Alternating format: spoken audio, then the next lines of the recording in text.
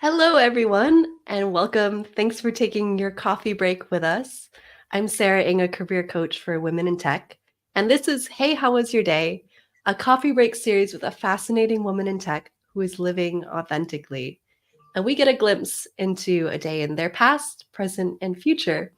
And this is going to be so interesting. Rebecca and I were talking a little bit about her role as field CTO at Swarmia. She's done developer productivity at Stripe and also has been a bartender, a waitress, and an unemployed bicycle adventurer. So, so many things to go into. I can't wait. Awesome. Welcome. So glad to be here. This is a treat. And let's see. Before the bicycle adventurer and the Stripe and the CTOing, why don't you take us back into a day in the past and paint a picture of what that was? Yeah. I literally still dream about this sometimes, like that they've called me back to to do my old job. And that Mhm. was the job I was doing in 1997 or so. I had dropped out of college. I was home living on my parents' couch kind of thing, working at a video store. Back Mm. when, if you remember what those were, I don't know. Working at a video store. And I, through a series of strange connections, got a job at our local newspaper. And so I was working on what was called the night news desk of the newspaper. And our job was to take all the news from the day and get it edited and get it laid out in the like actual physical newspaper. And Yeah. and then write the headlines, write the caption, all these things. Like it was a very content creation, content curation job, which honestly like is kind of what I've ended up doing for the rest of forever. But I mean, there I would start my job at like 5 or 5:30 at night. There was the first deadline was I think around 10:45 or 11, and we didn't have personal computers. There were workstations that you sat at. And so we would sit at our workstation depending on what our job was that night. And it still is a magical time because I've always loved information and the news and stuff. And back then, this is like 1997. Yeah. We had at the newspaper, we had computers that would beep if any important news happened. And this was like, nobody else had that in 1997. This was like, yeah, versus our phones with right, alerts now. right. But I loved going to work just because I felt so connected to like what was happening in the world and felt like I got the alert when Princess Diana died and like right before midnight. So anyway, yes, that's like a job I would never actually want to do again because it paid abysmally. And I worked until 2 a.m. every day. But also just really good memories of just that, like, there were a group of people who all worked this schedule. And so we spent so much time together because nobody else in town worked this schedule. So we would get done with work and go play video games until sunrise or something. So, but yeah, really fond memories. And I do still have dreams that they have called me back to like fill in for somebody. In reality, the newspaper doesn't exist anymore. So sad story. Wow. How long did you work there for? Almost 5 years. That is actually one of my longest jobs. I left in July. I think I started in the fall of 96. And I think I left in the summer of 2001. And so, yeah, I think I've had one job that was slightly longer than that. Yeah, I mean, in tech tenure, that's senior age dog years. Yes, exactly. Especially for somebody like so early in their career, you don't stay somewhere for 5 years. But yeah, I did. And I think I was making maybe $40,000 when I left. Yeah. And you were like roughly, was it in your 20s, early 20s? Yeah. This was early 20s. So I would have, yes, we'll just say yes to that. I don't know if you know the exact age, but yes, this was early 20s. So I catch up with friends from then every now and then, and they're like, youth is wasted on the young. Like we had so much fun, and we had no idea how much fun. Yeah. Yeah. I think back about the moments where, I mean, my favorite job was I worked at Round Table Pizza, and then I worked at Old Navy, and we would have these walkie-talkies, which felt powerful, and we would Right? like talk about people like 12 o'clock, look at this person, or incoming. And it was just so much fun to have that team. Yeah, and I've obviously worked with many more people over the years, and Mhm. sometimes I've found that sense of team again, but like that was something really special. And now we're all, in our 40s with kids and doing completely different things. But yes. Yeah. Yeah. Such an interesting, I know some of it has come full circle with content, but just interesting to be like, and then what happened? Because it's been a couple pivots as well. Couple. Yeah. Um, by the way, have you seen the show Newsroom? Yes, Okay. absolutely. Which Yes. is one of my favorite shows. Yes. How realistic is that? Not, I mean, I worked at a Hollywooded. small town newspaper, so, and they're working on like a real show. Mm, Um, mhm. so I think it's that like I have no comparison. I have been into bigger, fancier newspapers than the one I worked at, but our circulation was like I think 50,000 on a Sunday. It's like Mhm. very Wow. small. I mean, But this was back when like there were hometown newspapers. And, yeah. if there was a fire that happened somewhere in town the night before, like that was all over the front page. Like it was very, very, very small town. Like there was a fire, Mhm. there was a car crash. Yeah, and then you had to, like, put it together in a matter of hours. Yeah. It was so fun. So Oh, yeah, fun. it's a little bit like being on call all the time. I find deadlines really like I find them so clarifying and so I don't quite want to say Mm, motivating, but it was actually really hard to go from a job where I had like every night there were 3 deadlines. And you mm, had to if you didn't get the stuff down to like there's also the printer, the yeah. press in the building. So you send stuff down on an elevator to the press room. If you didn't get stuff to them on time, like you had a bunch of really pissed off, Yeah. very old men who Mhm. were like, and then that would cascade out. Like I also back as when I was a kid, I delivered this newspaper, and so like if Wow. you were late, all of that would cascade out to like the kids who had to deliver the paper before they went to school. Um, Mm. so I found it very very motivating and very cool to have been like I was the person chucking the newspapers at people's porches when I was 11, and then I was like working on the newspaper when I was Yeah, you made that thing that you were chucking. That's so cool. exactly. And to any of your young listeners who have no idea what any of this is, like there were newspapers once. Trust me. Yeah, video means well, I mean, can stand for VHS, but there's something called Blockbuster. Look it up. Look it up. It's one of the Exactly. newspapers. Yeah, Before there was Netflix, there were newspapers. Yes. yeah. Okay, so then what happened after that? I'm sure a lot of things happened. Those 5 years went. Yeah, those 5 years went, and they were very like, it's again just like such a different life from the life I have now. This five Mm, years went, I quit the paper, um, just because I was kind of like, this isn't going anywhere, and I'm not making much money. And I had this wild idea that I was going to like start my own like desktop publishing design sort of thing, mm, which was not actually a thing that was going to happen. So after I quit, I spent a few months trying to put together like real work. Before I got a job, I did get a job working at Dick's Sporting Goods for 2 weeks. mhm. And I got the paycheck for 2 weeks, and it was like $120. And I was like, no. And then I decided to start bartending, which was much more lucrative than working at Dick's. Mm, mhm. And so I Tips. spent yes, tips. And but I really like the thing I love about my bartending experience, and I have a few different ones in the intervening years before I got into tech, was that it forced me to learn to talk to people. I had Yeah. to, and like literally to talk to people for money. And like, Yeah. so it's like this very social, but also like ultimately transactional thing that you're doing is you're like Mhm. talking to the guy on his third Manhattan at 4:00 in the afternoon, and like building the relationship so that he'll come back the next day for his Manhattan, his 3 Manhattans at 4 in the afternoon. And the tips and right, like, and so those were skills I did not have at all.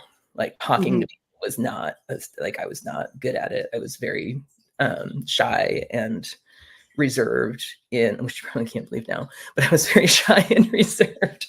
I can tell you've honed these skills. And really like struggled with the idea of talking to strangers. And yeah, I don't have that problem anymore, but that was really one of the more formative experiences for me. Again, back in my, mid-20s, is still like, I use those skills every day today. And even though they're so far distant from, tech. Yeah. It was setting that foundation, which is, I mean, so much of what we do, or societally, we're a community. So building those skills shows up in a variety of contexts, if not all the time. Yeah. And so I don't want to like, I'm not going to make a big diversity pitch, but I do think like I showed up to the tech world way more socially skilled than many of the other people showing up to the tech world at the same time. And I was older than a lot of people, starting like a lot of my friends in tech are like 7 to 10 years younger than me because they started right after school and I had this whole life first. So I was older. I was also so much more socially capable than a lot of people in the tech industry. And again, that just really helped me so much. I don't think I would have had the same success without those experiences early on. Yeah. I totally know what you mean. As someone who was an English major and was in journalism, so I was comfortable asking people questions, but then coming in and then going to tech conferences after career changing and being like, oh, it's a very different kind of conversation. You learn how to keep it going or pull things out of people.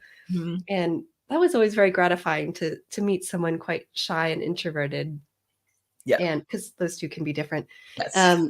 And then realize, oh, there's like all these other layers and fun to build that connection.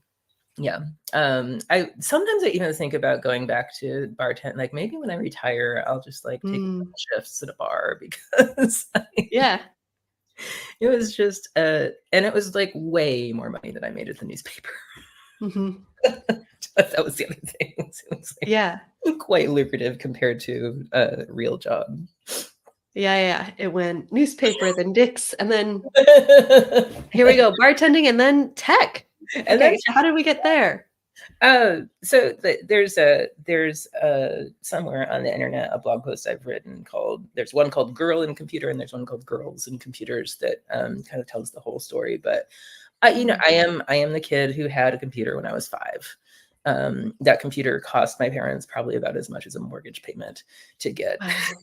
They also had a very cheap, like this is 1982, right? Yeah. Like, and computers too, still like a mortgage. That's a reasonable approximation for fancy MacBook Pro. But yeah, so they did not have the money to get me a computer, but they got me a computer, and I would type like there. So lame. There used to be magazines that you could buy or subscribe to, and in the back of them, they would have programs written that you could then type into your computer. And if you got all the typing right, because it wasn't like written in BASIC, it was written in assembly. And so if you typed all of this like completely unintelligible assembly into the computer just right, then you would get a cool game to play like Hangman or something like that. So I did that, but I never really like, well, I didn't graduate college, but I was the first person in my generation to go to like not a lot of college education in past generations. I really didn't know what I was doing when I set out to find what am I going to do when I grow up and how do I find a university and all that. So I thought I was going to be more in like harder engineering, like more industrial engineering was really interesting to me. And it still is like, that's like the thing that I do today is help companies optimize their processes and their software development processes. And that's what industrial engineering is. Industrial engineering is just like, let me help optimize your conveyor belts at the airport, so that they, move stuff around efficiently. But it's still that fundamental idea of like efficiency and using your resources intelligently, and bringing automation to things that maybe used to be human. So anyway, I went to school thinking that I was going to do something more in that like harder engineering world, and then I took physics, and then that was the end of that. In a good way. No. Oh, this is I see. Yeah. Maybe you consider pivoting. Yes, it was electricity and magnetism. Like I'm very smart, but I just couldn't do it. And I never had to, like, all the school that had come before was so easy that I had no idea how to do school that was hard. Yeah. I simply didn't have those skills. And so, physics, like that, it is a washout course. Like, it is intended to get you to leave the program. It's 200 people in the auditorium at 8:00 in the morning, right? Like, nobody's having fun. Yeah. And so, that's when I pivoted to journalism, because that had also always been an area of interest for me. And then I really, like, after a couple of years at college, I was just like, this is not good for me. This is not the place for me to be right now. I don't really have a clear path to like what I'm going to do. So I dropped out. And so the point that wasn't your question, was like, how did I get into tech? And this all like rolls up to that, because I left college after 2.5 years with no credible tech background whatsoever. But I think, when did I get my first computer? Computers were part of my life always growing up. And I like, even when I was I don't think when I was at the newspaper that I had my own computer, but I eventually got my own like desktop. And then I don't think I had my own laptop for like years still. But computers were always like, they were around. And and at the newspaper, this you could say is when I like first maybe started to get into tech, was actually at the newspaper, because this is 1998, 99, right? And like, newspapers are trying to figure out what on earth to do about this thing called the internet. Like, that they've never, like, Craigslist is eating all of their classified advertisement revenue. Anyway, so they're trying to figure out what to do with the internet. And so at work, we had this task we had to do, where we would like rename some files and drag them from one folder to another folder, based on a very straightforward algorithm.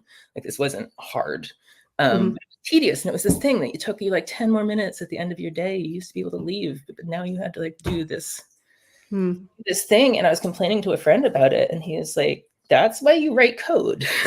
And so I stayed up for nights working with him on like 100-line Perl script that would do this for me.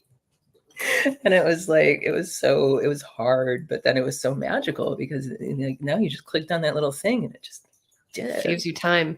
And I think that was my first kind of realization of like, oh, like, computers aren't just for games. Like, I can use them to do stuff. That's cool. And not just do stuff like in a WYSIWYG way, which was what I had done up to then, but do stuff in a like you could make the computer do things. I don't know. That sounds really naive now, but I knew it and I didn't know it. So but the advent of the internet really was how I ended up getting into tech. It was just too interesting, honestly. Like, this idea that you used to need printing press, right? You used to need like the guys down in the room with the giant printing press to get anything out into the world, and now you could just do it yourself. Yeah, you can learn, like, and so I was really, really engaged by the front end world, especially because that was had the most similarity to what I had been doing up until then. But this idea that we could use computers to draw things on a screen, and I could control that. So powerful. And so that was kind of the beginning. I eventually, it would be years before I got a job in tech, but in 2006, I started working at a tiny little ad agency, tech agency, in North Carolina. And that was my first job, like doing tech full time, making flash banner ads, Yeah. back in the day. And, yeah, but yeah, that was the beginning. And then I went to a startup after that. And then I like did some freelancing around then. And I was doing speaking at conferences because like front end development was like just such a huge topic in industry. And so, you know, from then I started to you know, give talks about jQuery. Yeah. jQuery in 2009. You could still give those talks. It'd just be more historical now. People would be like, tell us about what that is. Remember when? Right. But anyway, yeah. So my entry into tech was this sort of like, oh, I can do this. I was prior to joining the ad agency, I was working at this print agency that was just getting into digital stuff, and I was watching like the boyfriend of the boss's daughter was like doing all the web stuff, and it was really hard to watch, basically, because I would hear him asking questions and struggling with stuff. And it's like, I know that. That's not hard. And I think that's what gave me the confidence to be like, yeah, hell yeah. Yeah, I can go do this. This is not hard.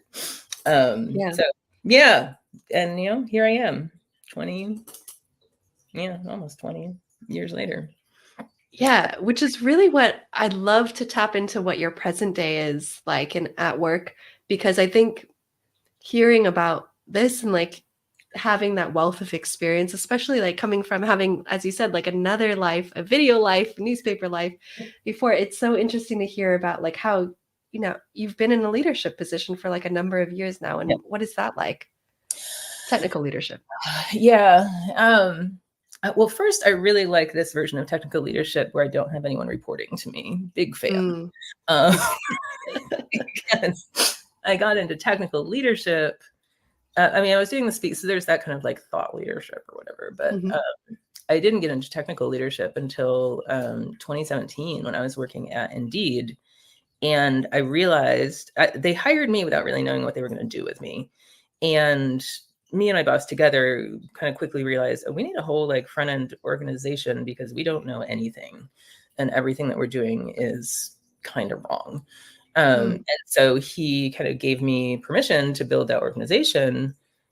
And then I got to choose, like, do I want to lead the organization or do I want to hire somebody to lead the organization? I was like, well,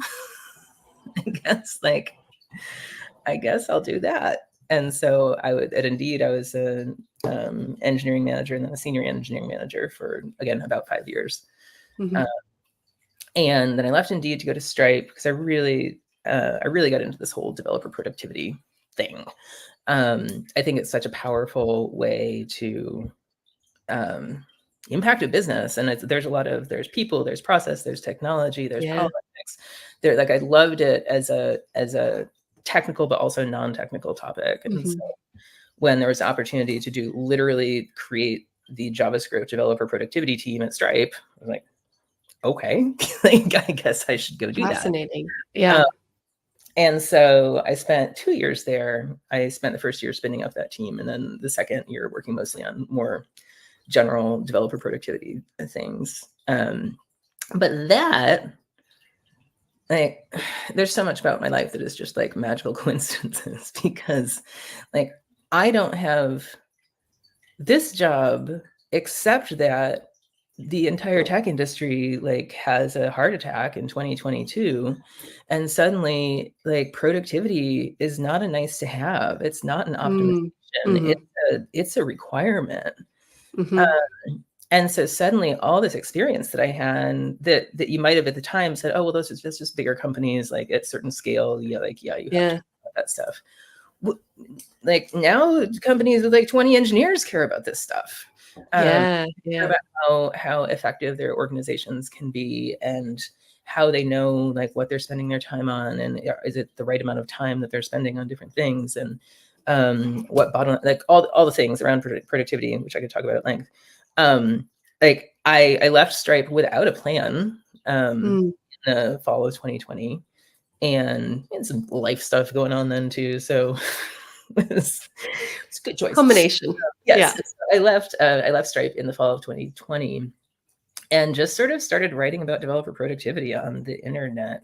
And then on December 29th, this dude in Finland messages me on LinkedIn and said, like, we need someone like you to just talk about this. To just, like, can we pay you to do what you're doing, basically? Yeah. And so I met with him on January 3rd, and I started my new job on January 23rd. I love that you're already doing it. It was just, hey, can we send you a paycheck as well and amplify what you're doing already? Yes. Cool. Like, I was never going to write a book by myself, probably, but like having the support of a marketing department to actually do that, and having somebody who could pay to publish it.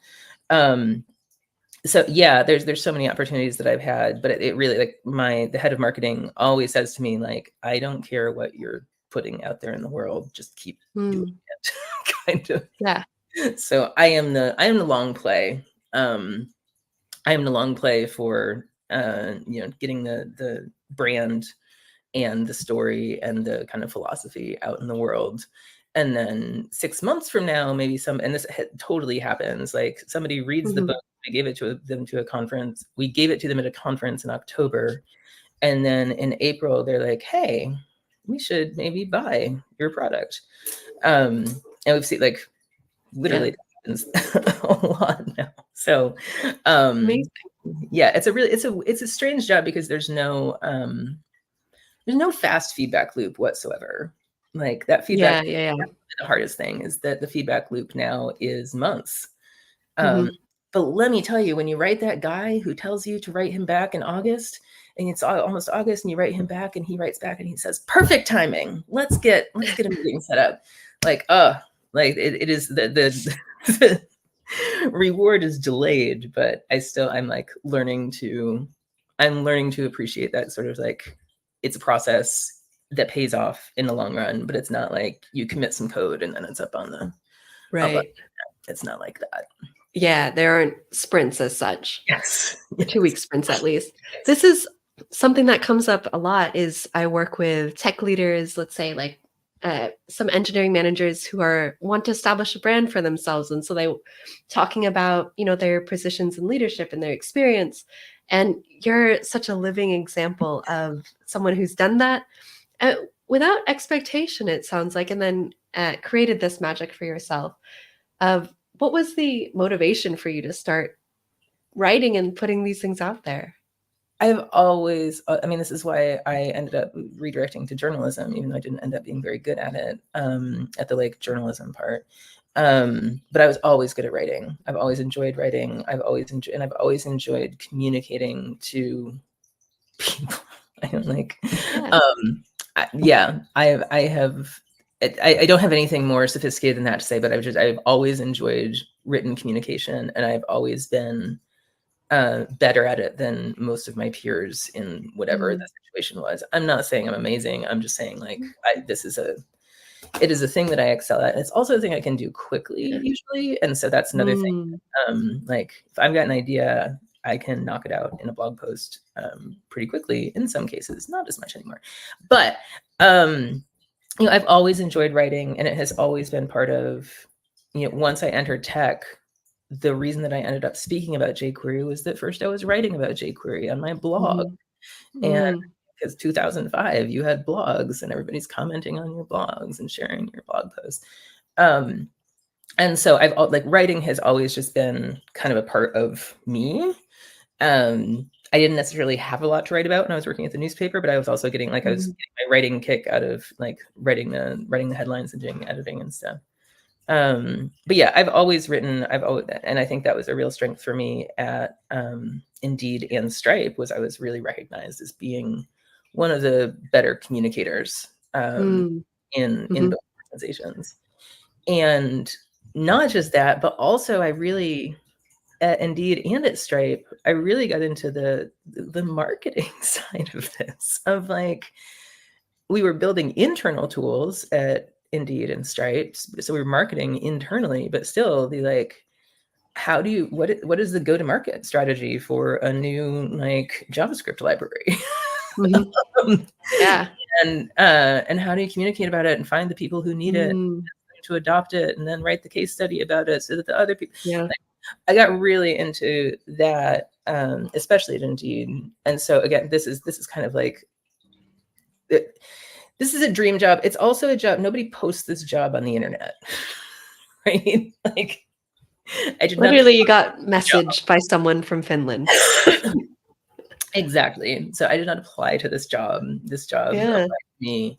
And I feel really fortunate. I feel like if I had come into tech at a different time, like the 2010s were glorious. And so many people like me got opportunities that were, you know, they're not available anymore. Like, my heart is hurting for the bootcamp grads who were like hired left and right in 2019 and are like nearly unemployable in those same roles today. So I feel like I got really lucky about where the industry was, and that front end was such a thing, and that I had some, you know, context for like what it's like to take things and arrange them to for the sake of communication. But yeah, I feel very fortunate that that this all worked out this way, because on the one hand, there's 100% a through line. I was the editor of the newspaper in middle school. Like, I was the editor of my high school yearbook. Middle school. Yes. Yes. Like, just like there is. Would love to read that. Me too. But I guess my point is, there is like a through line that I never could have predicted, but it all makes sense. Like going all the way back, there's a straight line from then until today, even though like it didn't always feel like a straight line.